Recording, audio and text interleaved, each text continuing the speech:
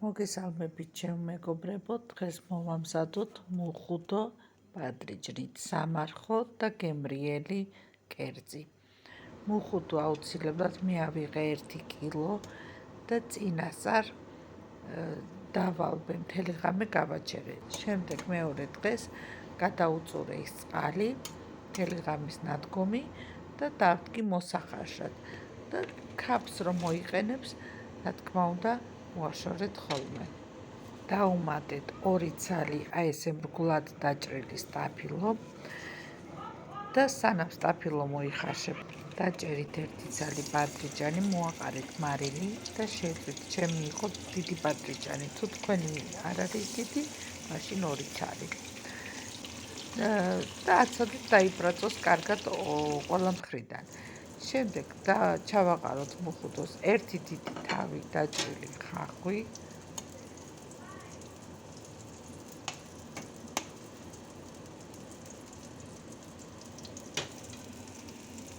აი აქ როგორც ხედავთ დაიბრაცა ჩვენი პატრიჯანი.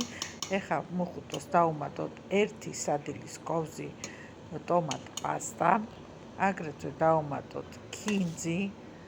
გემოვნების და მიხედვით ჩემი იყო 1 კონა, არც კი კონაზე ცოტა ნაკლები. აგრეთვე უხდება ძალიან ნიახური, მაგრამ მე არ მქონდა ნიახური. შემდეგ დავუმატოთ მარილი, პილპილი თუ თქვენ გნებავთ, მე არ მიქნია, იმიტომ რომ ჩემთან არ უყვართ პილპილიანი ოჯახში. შემდეგ აი აქ როგორც ხედავთ მუხუდო გადმოვიღე ჭურჭელში, რომელსაც შევდგამ შემდეგ ღუმელში და აი აქ უკვე დავაწყე ზემოდან ჩვენი შემწვარი პატრიჯანი.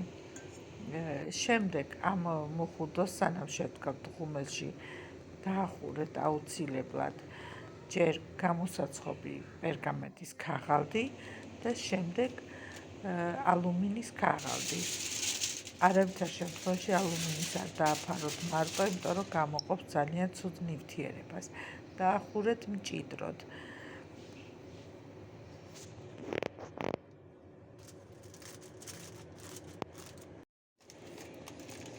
აი აქ უკვე გამოვიღე ღუმელიდან, მე მქონდა შედებული 200 გრადუსზე 15 წუთი. აი ხედავთ, ცოტა სითხე უნდა გქონდეს თვითონ მუხუდოს. შემდეგ დაასხით ზეთი. ბევრი ზეთი არ გინდათ, იმიტომ რომ პატრიჯანს თავისი ზეთი აქვს. შეწვის დროს შეიწოვა კარგად ბლომად ზეთი.